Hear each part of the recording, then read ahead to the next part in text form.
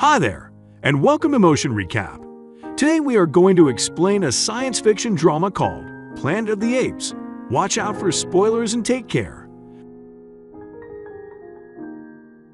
The film's plot is set in the year 2029. Captain Leo Davidson is an astronaut assigned to the U.S. Air Force's Oberon space station. He and his colleagues are working with specially trained apes for space missions. At the start of the film, we meet one of these chimps, Pericles. He works closely with the captain and is an excellent performer. Leo receives a video message from his earthly friends, but as he watches it, the lights dim and electronic devices begin to malfunction. The flickering of the lights causes panic among the animals aboard. Leo is summoned to the bridge in order to discuss the malfunction. He is then informed of an approaching electromagnetic storm. The standard procedure is to send an ape to take initial radiation and gamma ray readings and assess the storm's suitability for human astronauts to approach. Leo's superior requests that he prepare Pericles for the trip. Leo retaliates by asserting that it is his responsibility as a captain to report the initial readings, but everyone else requests that he adhere to standard procedure. He then assists Pericles in preparing for the mission. The creature is seated in a small pod that he pilots toward the approaching storm. Within minutes of takeoff, the scientists notice that the pod has veered off course and Pericles' heart rate has increased. They eventually lose track of the pod and declare it lost. Leo infiltrates a pod and launches into space to retrieve the chimp. Despite his superior's request that he return, he sees Pericles' pod, but before he can report it, his pod collides with a massive foreign object. Following the impact, he loses all communication with the space station. He collides with another bright wormhole.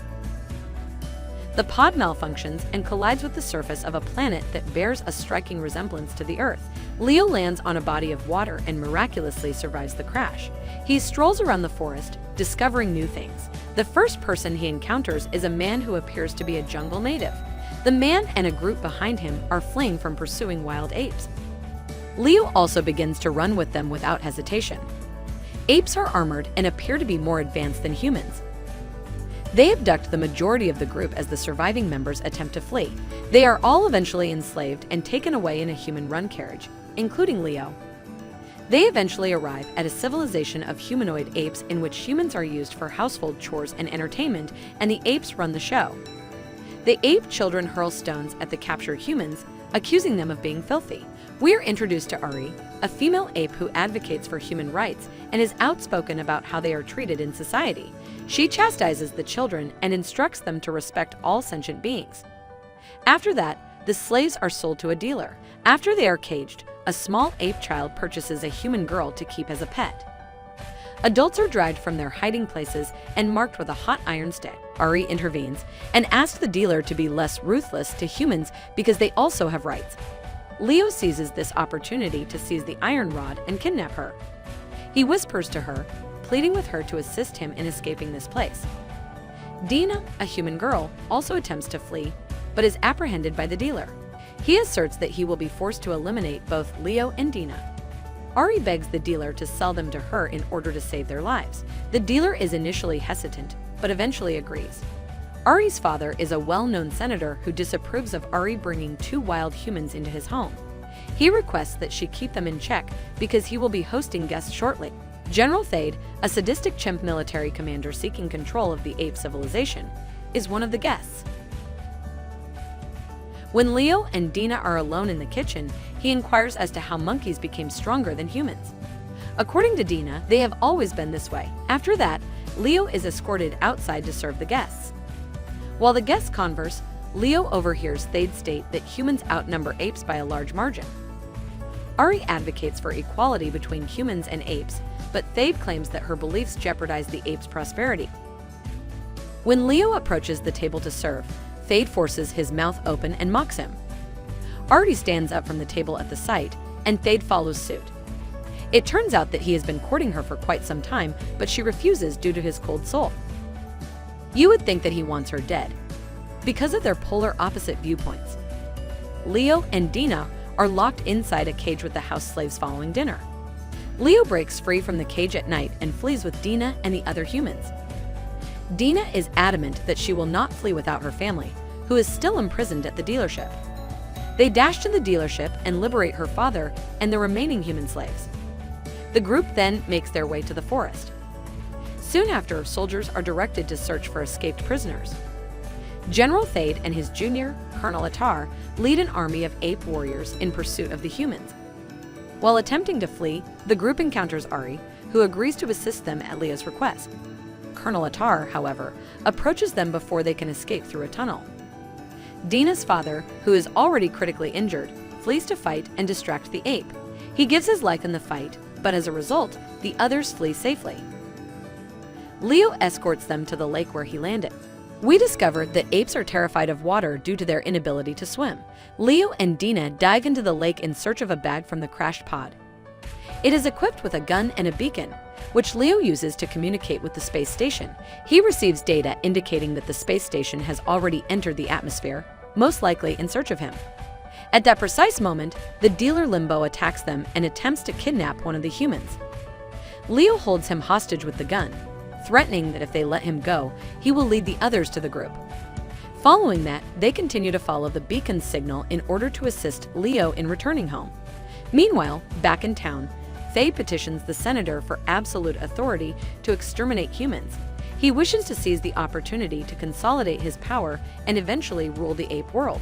Because the senator believes his daughter was abducted by humans, he follows Thade's instructions and gives him complete authority. Thade's father becomes gravely ill, and he is summoned to see him. General Krull steps into his place to put an end to the humans. Thade's father is the only man in whom he has complete trust and respect. The elderly ape has knowledge that the younger generation lacks. Thade inquires about his father's source of knowledge. The father ape then informs him about the Simos, the first of their kind. Prior to the appearance of Simos, apes were considered slaves to the humans who ruled the society. Thade believes the explanation is implausible, but his father continues. He reveals a hidden antique gun and asserts that humans have a capacity for invention and technology that exceeds their physical strength. The elderly ape begs his son not to allow humans to reach a location known as the Kalma. The holy temple of Simos contains the key to their true origins. Humans will retaliate and destroy the apes' world if they learn of it. Meanwhile, the group of escapees travels to Camilla, where Leo believes his team awaits him. When they get closer, they notice scarecrows constructed to keep apes and humans away from the sacred temple. They eventually arrive at a checkpoint where ape camps have been established to guard the entrance to the temple. Additionally, General Krull arrives and assumes command of the troops. When the sun sets, Leo uses his gun to create a distraction and rides his horses to the camp. He and the group successfully set fire to the camp and cross the river that stands between them and the Temple of Simos. Thade arrives at the camp a short time later, enraged at the troops for failing to stop the humans. He gathers them all together and departs to search for the adversaries on the other side of the mountain. On the other hand, the escapees spend the night and arrive at the Simos' temple the next day.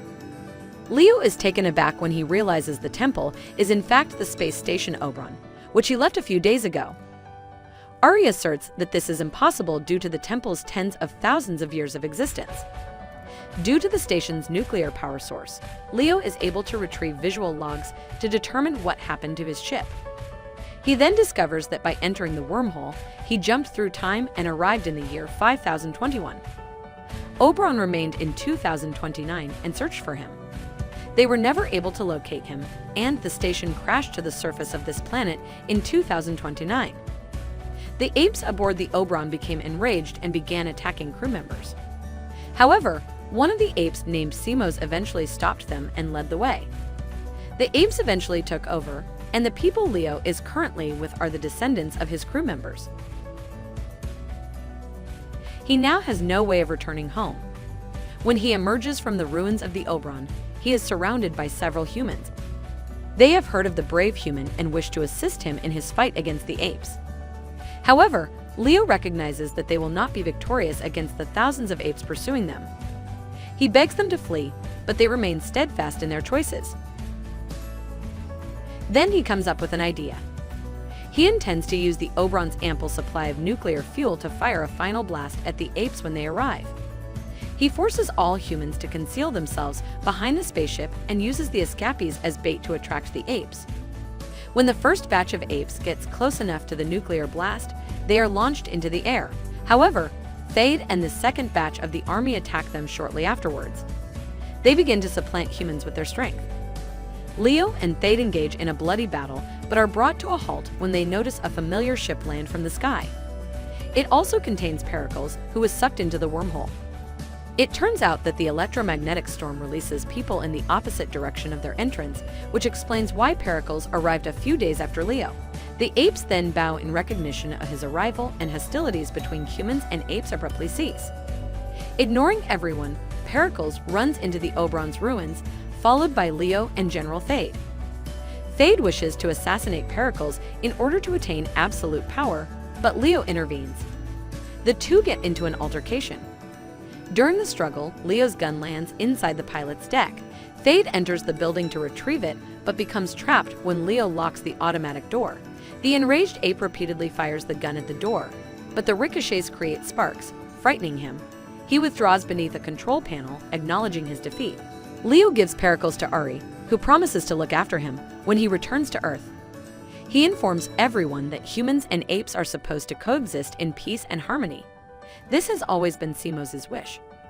After saying his goodbyes to Ari and Dina, Leo climbs aboard Pericles' undamaged pod and travels back in time via the same electromagnetic storm.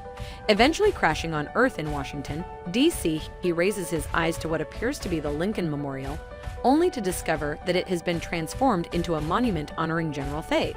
A swarm of ape-like police officers, firefighters, and news reporters descend upon him.